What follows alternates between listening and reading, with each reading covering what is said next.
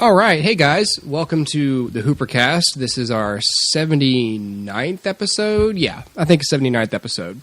A few quick things. Dustin's not going to be in this episode because he's fired. You heard me, Dustin. You're fired. I'm kidding.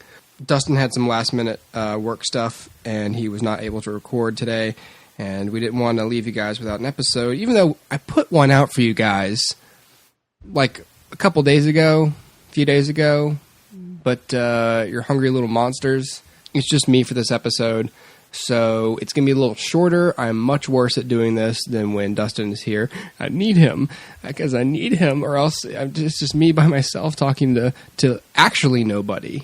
It already feels like I'm talking to nobody, but I'm really talking to nobody. No one's listening to what I'm saying right now. If you're getting bored, there's a time code for this episode. This one's, like I said, going to be shorter. I'm mainly focusing on the Mad Men finale and a couple other things. So if you want to just listen to the Mad Men section, you can go to the time code and skip forward to that section. I'm going to talk about a couple other things I've seen recently. I also, this week, saw a couple of documentaries on Netflix. They're both there still, I think. That would be a little weird if they weren't. The first one is, it's called Video Games, the Movie. I think this one's been out for a little bit, so you may have all already seen it. But just to give my quick thoughts on it, it's a documentary about the whole video game industry and kind of how it began, where it began, and where it is now, and then kind of where it's going, too. I like video games, and I've played them since I was a kid. I'd never consider myself a gamer. I feel like gamer is a term more reserved for somebody whose primary recreational activity is gaming. For me, it's sleep or watch, movies. I was a casual gamer, and it was interesting to see this bigger part of their world. For some people, it's everything, and it's a whole industry. There's people out there who get paid to play video games. There's people out there. When you see this movie, you kind of realize that it really is an even bigger endeavor day to day than maybe even making a movie is. I mean, movies are tough. Movies take a long time. They involve lots of people. But video game, I mean, if you ever watch a movie and if you ever stay, nowadays we all stay after the credits because of all the Marvel stingers and stuff. But if you ever look up from your phone and, you see all the credits, all the people who worked on that film, the biggest section of it by far, at least for a lot of the movies I watch, is the visual effects department. That's thousands of people. And that's all video games are, is visual effects and people, rendering like physics engines and graphics and every possible permutation. I mean, at least for a movie, there's a script and you follow it and it doesn't deviate for the most part. For video games, they have to account for every move you as the player might make. They have to make it so that the thing goes left if you want to go left. They have to build this whole area in case you run over here. Games used to not be as free roaming as they are now, and the developers have to compensate for that. It's just really interesting to me to see how it went from these simple little Pong-like games and these 8 bits, and then how they started being able to increase the bits and increase the amount of information you could put into an image. And then not only that, but then when they realized that people would respond well to games having a story and characters you invested in. And so they're essentially giant movies that you're the star of, as opposed to just a thing you kind of play, as like a cheap little escape. Like, they are a huge industry, and they're going to keep going. And just like the film industry, there's big studio companies who have a bottom line to meet, but they also have the resources to make a more detailed experience for a game. And then there's smaller developers who, have less of a staff, but they're allowed, at least the way the movie puts it, they're allowed to work with more passion and not necessarily worry about their bottom line or having to get a biggest return on investment. They can focus on making the best game possible.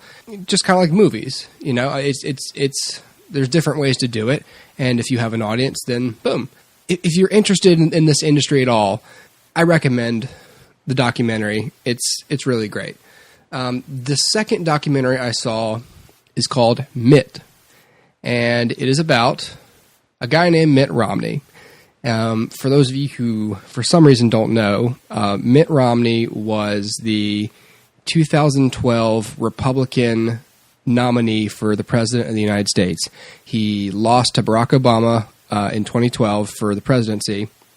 And for years before that, he was the governor of Massachusetts and a big business guy. Also ran for president in 2008, but he did not win the nomination over John McCain. It's weird for me to talk about this because I know that most people who watch movies, at least in my experience, do not have any interest in politics, let alone the Republican politician. By the way, Netflix made this documentary. This is a Netflix documentary. And so I saw this on the site, and I thought, I'm a little bit interested to see an inside peek at this guy because I want to know, were my assumptions correct about him, and were the world's assumptions about him, the country's assumptions about him, correct? And I already knew that he was a family man. He has lots of kids, and he's a Mormon as well, so he doesn't smoke, doesn't drink. I just found him to be, especially through this documentary, a pretty honorable guy, and a lot of people thought that was sort of this visage he put on, this image he presented to the world, like, pick me, I'm perfect. And a lot of people thought that was kind of fake. I'm not saying he's perfect, but I am saying he meant it. He really is as polite and smart as he wanted people to think he was. Really, it's more about him as a family man than it is him as a candidate. It takes place for the candidacy, but it's really about his relationship with his family and his sons. And what was important to him before running for president, while running for president, and then after he lost. And I don't imagine a lot of you will watch this, to be honest. I don't think you're interested. I saw a guy who earnestly wanted to make things better and who earnestly saw a problem. He wanted to do it the best way he knew how. So anyway, if you're interested at all about people competing for things or, running for public office of any kind, regardless of the party, it's an interesting documentary to watch. Well, the main topic for this episode is going to be the series finale of Mad Men. It is Friday, May 22nd right now as I record this, and the finale took place on Sunday, the 17th. So a lot of you have probably read, if you're interested in the show, you watch the show, you follow the show.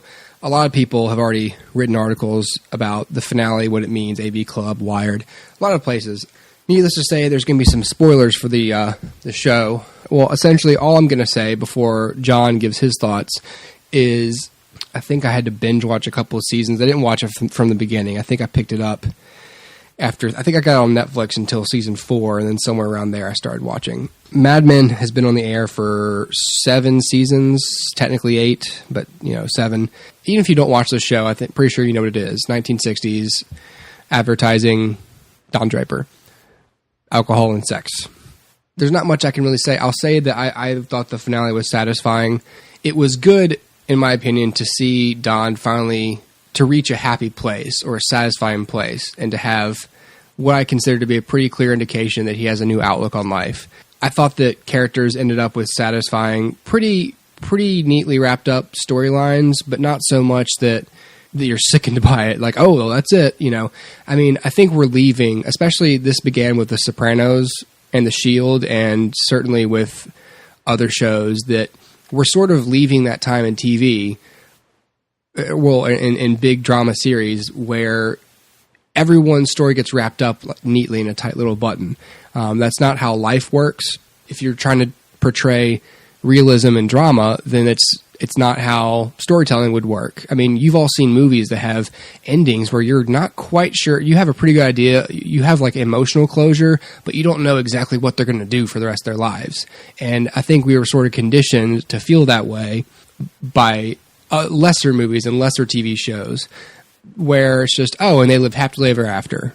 It's like, all right, well, what if 10 years from now their son gets leukemia or something? Like, are we going to see that movie? Or, oh, that wouldn't happen because happily ever after, no problems for the rest of their lives. And that's not real life.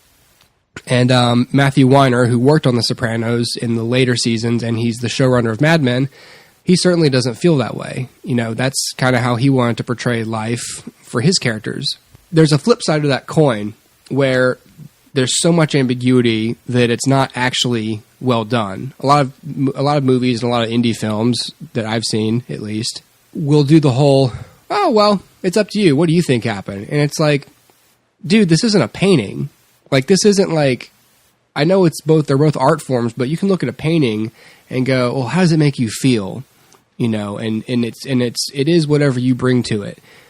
But storytelling should be a little more tidy than that. I mean, if you have a vision as a writer or as a showrunner, then carry it out. You know, you can leave the details to us, but don't leave everything up to us. And some movies make that mistake where it's like, what do you think happened? I don't know, dude. What did you intend to happen?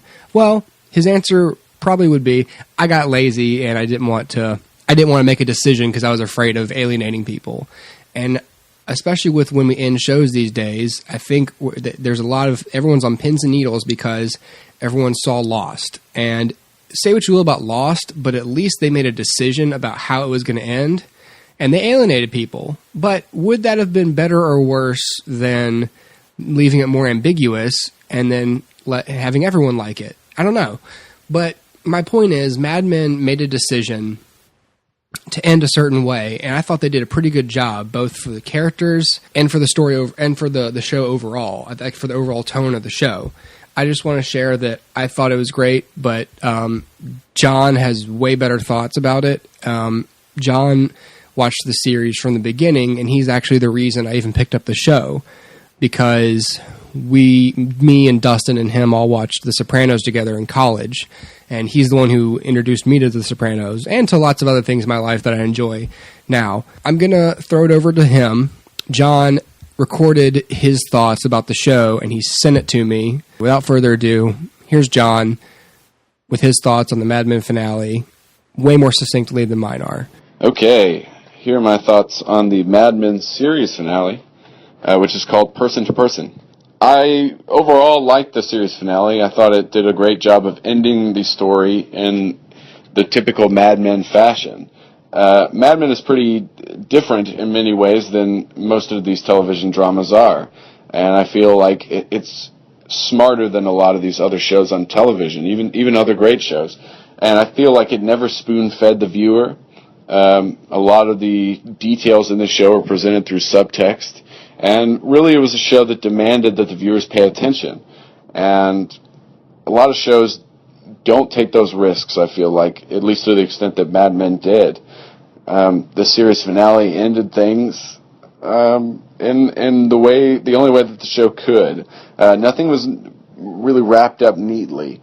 Nothing was. There was never a shot of all the characters in one room giving a toast to each other, saying, "I'll always be your best friend." And there was never going to be. Mad Men was never going to end that way. And so I feel like a lot of these character storylines were wrapped up in adequate ways, but not in ways that were overly sentimental or sappy or campy or any of these things that the normal series finale falls into.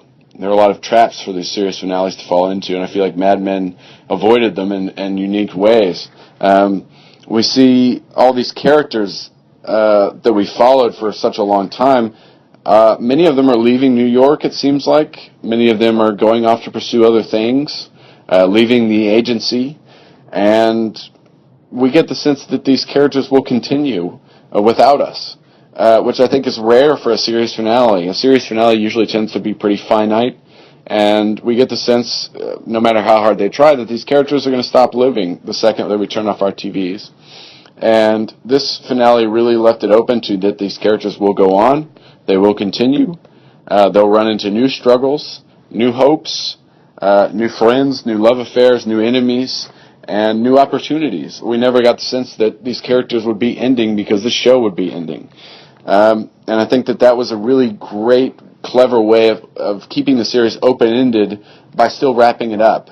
They gave us enough information to take a great guess as to whether or not Joan's new business will succeed, or will Pete's remarriage succeed, and without spoon-feeding us any of this information. The ending is obviously going to be a pretty divisive thing, I think, to a lot of viewers. Everyone has in their mind how they want a series to end. Everyone has in their mind what they want to see, who they want to see, and it seems like every series finale has been a disappointment to a lot of people in retrospect. I want to talk about several of the developments that I thought were the most interesting. Peggy Olson and Stan finally became a couple. I think that this was pretty out of the blue for some people, but I think if you really watched the show, you would know that these characters weren't far from that. You could gather that they would eventually find romance with each other. And these are characters that have always depended on each other. They've always had this very special connection and relationship. They lean on each other, and they talk out their issues with one another about other people, and kind of they're best friends in a way. And it made perfect sense for me that these two would eventually fall in love with each other. I think the show had been building that for a while now, and I think there was kind of a lot of fan speculation that this would happen, and it did. And I don't think it's the most interesting development in the finale, but I think it was a natural course for these characters to go down, and it didn't feel cheap or tacked on to me at all. Again, though, we're left open with the kind of an ambiguity to the whole thing of, will this romance last? And, we don't know. We know Stan and we know Peggy and we know how they work. And I think if you use what you know about these characters, you can judge whether or not it'll last. But we don't know. Again, these characters will go on without us. We don't know if it'll succeed. Another major development in the finale was Joan started a new business. We've seen Joan marginalized by a lot of the staff at McCann Erickson. Over the course of the last few episodes, she had to leave, losing a significant amount of money in the process. And the show has kind of been pointing us to Joan finding love and Joan giving up her dreams of being this amazing businesswoman and kind of living out the rest of her life with Captain Pike. The series finale sees that take a sharp turn in the other direction. Joan chooses her career over her new romance and decides to go out on her own and start her own production company. And I think that this was a natural way for that character to go out. If Joan has taught us anything, it's that she's very driven to succeed. She's a character who has a lot of ambition, a character who has a lot of talent and insight into what makes this business tick. And she's decided to take her talent elsewhere and start this new production company, which I think is the only way that character could have ended up. The character didn't fit in with McCann, and it makes sense that she would go off and do something like this, and it's the smart route for her. Again, will the business succeed? We don't know. And I'm okay with that. Obviously, the big character in this entire show, but particularly in the finale, is Don Draper. We've really followed Don Draper through his ups and downs these past few seasons. And one of my favorite moments with Peggy and Don was early on in the show. Peggy is a new copywriter, and she's asking Don what his process is for coming up with these great ideas for ads and things. And he tells her, what I usually do is just don't think about it. And I let it go for a little bit and give it a while, and then eventually, out of nowhere, the idea will manifest itself to me. And that is precisely what happened in this episode. Basically, the last few episodes have seen Don disillusioned with the entire advertising business. It seems like his company was absorbed by a larger company, and now he's found out that there are dozens of other creative directors at this agency, and they're all vying for these accounts, and he's kind of over it. He leaves, and he goes on this road trip, leaves his friends, leaves his family, and kind of goes off on his own, maybe to find himself. We're not really sure. Gives up most of his possessions, gives up his old wedding ring, gives up his car, and gives up a large sum of money when he, quote-unquote, leaves the agency. And we see that he's just ready to move on to something new. He is traveling to California. He's talking to his daughter by phone. And, he's basically just kind of being an absentee person to everyone around him, just taking some time for himself, which is what Don would usually do when life presented him with these hard choices and these moments of strife. And we've seen Don, throughout the course of the series, go through a lot of false starts. He'll have this great moment, this great epiphany, and he'll be a changed man for a short period of time, and then he'll slowly relapse into being a cheater, a jerk, all these things that he keeps falling back into. And the show is kind of leading us to believe that no matter what happened on this road trip, he would eventually come back and be the same person. Don does find out through his daughter that his ex-wife is dying of lung cancer and that she only has months to live. And he's basically told by his kid that they don't want to live with him. He's that much of an absentee person in their life that they don't want to live with him. They love him, but he's almost not even really their dad in a way.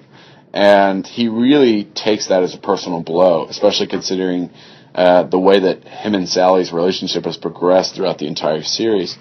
And he kind of has a meltdown at this yoga retreat facility in California. And we see him kind of going through the motions in his head, and he makes a final phone call to Peggy to tell her goodbye. And he's kind of at his lowest point at this moment. And we don't know where his mind is. We can see that he's really in the middle of something difficult. And he goes to this group therapy session at the retreat, and there's this man in the therapy session who kind of lays out what his life is like. And the reality that this man presents really kind of represents two different things to me. It represents what Don goes through in his life, and it also represents the life that Don could have led if he had stayed in his first marriage, if he had had that normal life, that normal suburban life.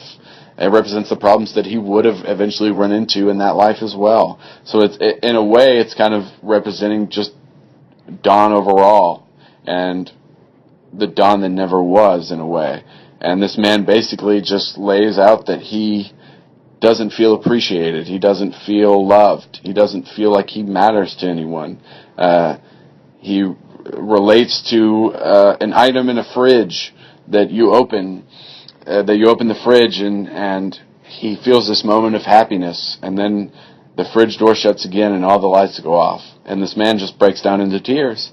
And Don comes over to him and just completely empathizes with this man and relates and hugs him, and they both break down just sobbing.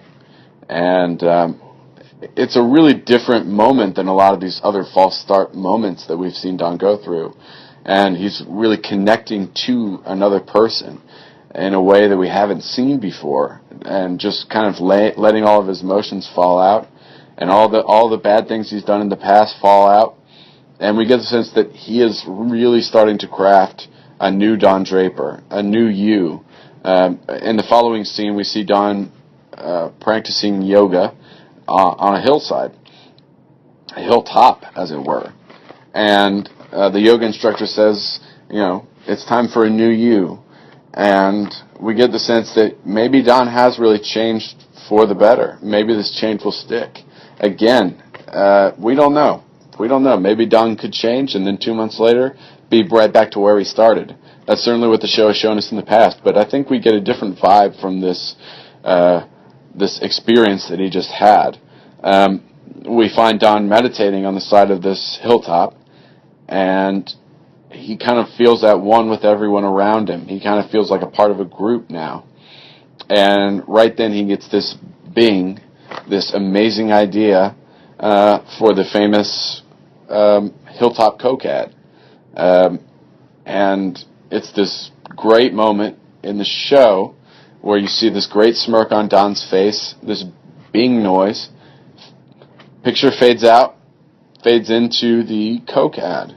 And I could not think of a better way to end that series. And it came full circle with what he had told Peggy when she was just starting out. If you let one of these ideas go for a long time, it will show up in the most random of places. And I don't think that Don ever intended to go back to advertising. But I think the show lets us assume that not only did he go back to advertising, but he was great at it. And he had what is considered the greatest ad of all time in his pocket. And, again, we're led to assume that he probably had a bigger role in his family's life, in his kids' lives, and in the lives of his friends. He was probably a better person. Again, this is all kind of left up to the viewer, but I don't feel it was ambiguous in a cheap way. And I feel like the show ended on a happy note for Don. He was an enlightened person, and he decided he had an epiphany that he had that passion back for advertising that he'd lost. He had a focus now. He had something to say, and he had this amazing idea, and it kind of reignited his spark for that art form. And I think that was a brilliant way for the show to end. Those are my thoughts. Thanks. Bye-bye. Anyway, that's the show this week. Thanks for listening. If you have any questions or comments for us or corrections, anything like that, you can email us at HooperCast@gmail.com. Listen to us on iTunes if you're not already, or on Podbean, hoopercastpod.podbean.com. You can also watch our episodes, or listen, really. They're in video format, but, you're just listening. But you can follow us on YouTube, HooperCastPod on YouTube, or on Blogger, hoopercastpod.blogspot.com. You can find us on Facebook, facebook.com/HooperCast. You can follow us on Twitter @HooperCast, or on Tumblr, hoopercastpod.tumblr.com. And if you're on Tumblr or a Blogger, you can click the donate button to give us a little bit of a PayPal virtual tip. This is basically just to go towards hosting costs, or maybe a new microphone for Dustin. Who knows? Because otherwise Dustin's just going to have to shout from the mountaintops, and that's how we're going to get his audio. Or he'll use his phone. We'll still get you the episodes, but, if you care about how they sound, or maybe how well they're produced, maybe... See, the biggest thing is we could be putting more effort into these podcasts. I kind of hate to say this publicly, but I really feel like I need to say it. These podcasts could be better produced or given to you in a more timely manner. And right now, I don't think we have the listenership to really invest much more than we do now in the show, simply because Dustin works, I work. I mean, I have a family. I've got 2 jobs. I work 7 days a week. I try to put these out as regularly as I can, but I've got way more responsibilities and other things I have to be doing for other people who depend on me. So if you depend on the HooperCast, we're going to keep bringing you the show because we like doing it, and we're hoping that people are listening who enjoy it. And we're excited to be on iTunes and to have so many platforms to share with you guys. If episodes are ever not put out on time, we hope you understand. We are not a professional podcasting company or anything. We're 2 guys and some friends who have opinions and thoughts about movies and television and pop culture, and we want to share them with you. We don't work for Nerdist or Earwolf company. Like, we don't work on a schedule. It's not like every day at 3 p.m. we heat up the mics and we talk for a certain amount of time, and then I have 2 interns who edit it together and put it on the internet. We record these. Dustin fixes his audio and sends it to me through Skype. I go downstairs and do dishes, and, I edit it 15 minutes at a time until it's done, and then I put it on the internet. Hopefully the same day every week. But sometimes we can't record. Sometimes I'm working, instead of us recording. It's just the way it goes. So I'm trying to give you a little bit of a glimpse into what it takes for us to put this together. This is not so that you'll feel pity for us and donate. I'm not asking you to pay us money because we deserve it. I'm just asking if you want to donate to us, that's great. If not, we'll survive. I guess I'm asking you to understand how rocky our schedules are and why this product does not always reach you guys, as quickly as you might expect it to. We're trying to make the schedule more regular. We're trying to record at a more regular time, and we're trying to distribute this at a more regular time so that you can come to expect certain things from us. But we've got very busy lives and jobs that pay us money that we need to prioritize and do first. So with that being said, we still love doing this, and we want to keep doing it. And we want you guys to keep listening and tell friends about it. Thanks for listening. Follow us, listen, subscribe, tell your friends. Just engage with us. And we'll see you guys next week.